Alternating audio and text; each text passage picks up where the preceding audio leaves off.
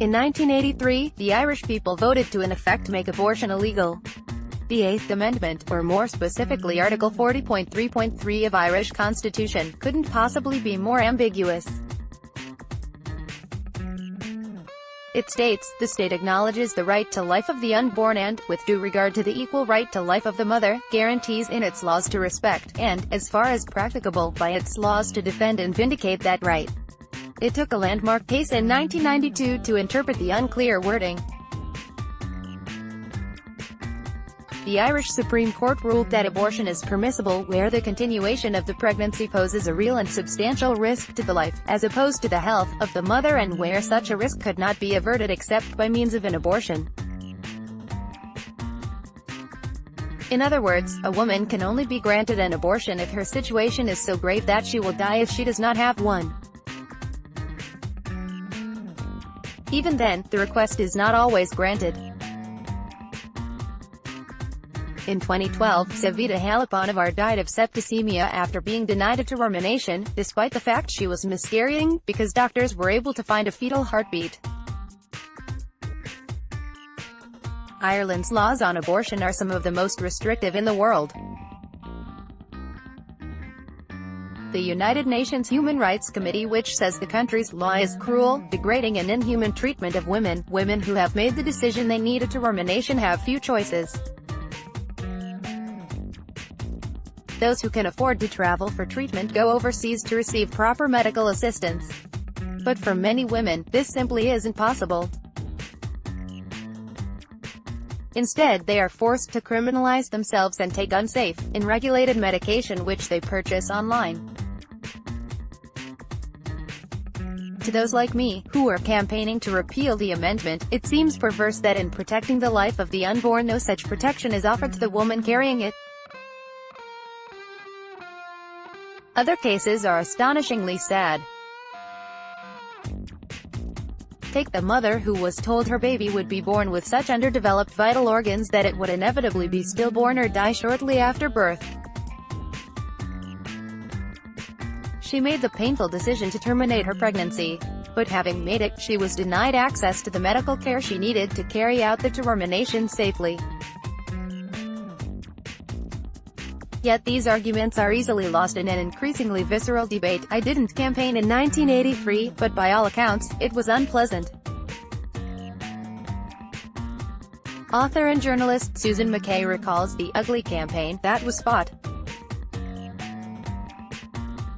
The anti-amendment campaign in 1983 had as its slogan, "It's life that needs amending, not the Constitution." During the campaign, men who had formerly been hard-pressed to find anything to say about sex were to be heard holding forth at bus stops and in bars about ectopic pregnancy, zygotes and ensoulment of the fetus. She remembers wild claims from the anti-abortion side, such as the idea that rape crisis centers were fronts to push for abortion and that women who were raped did not get pregnant anyway. Not only was the 1983 campaign hugely divisive, but the Taoiseach noted that the public had been confused by the issue at hand because it was quite extraordinarily complex.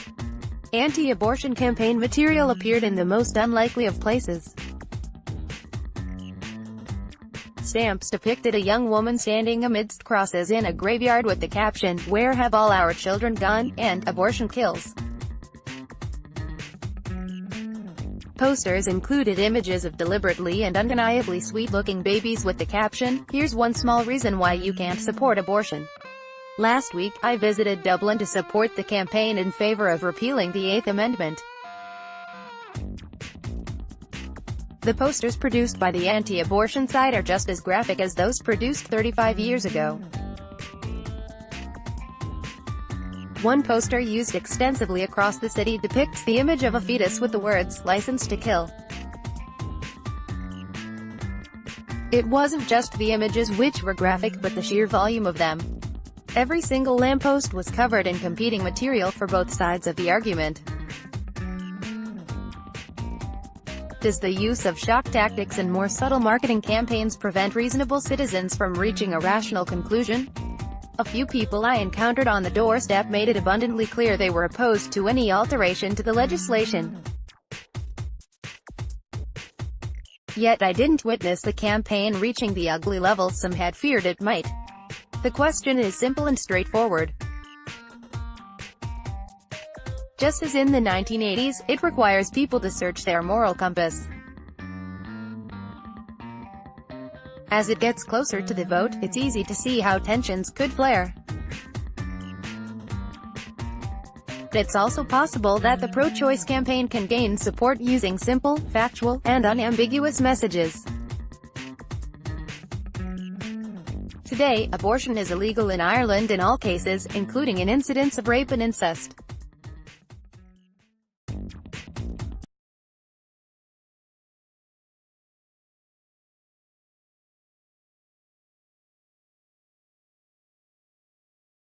But as we know, even then the right of the woman does not come first. Voters will take to the polls on the 24th of May and cast their vote. I hope it's a vote which shows Ireland is a country where respect, dignity and compassion prevail.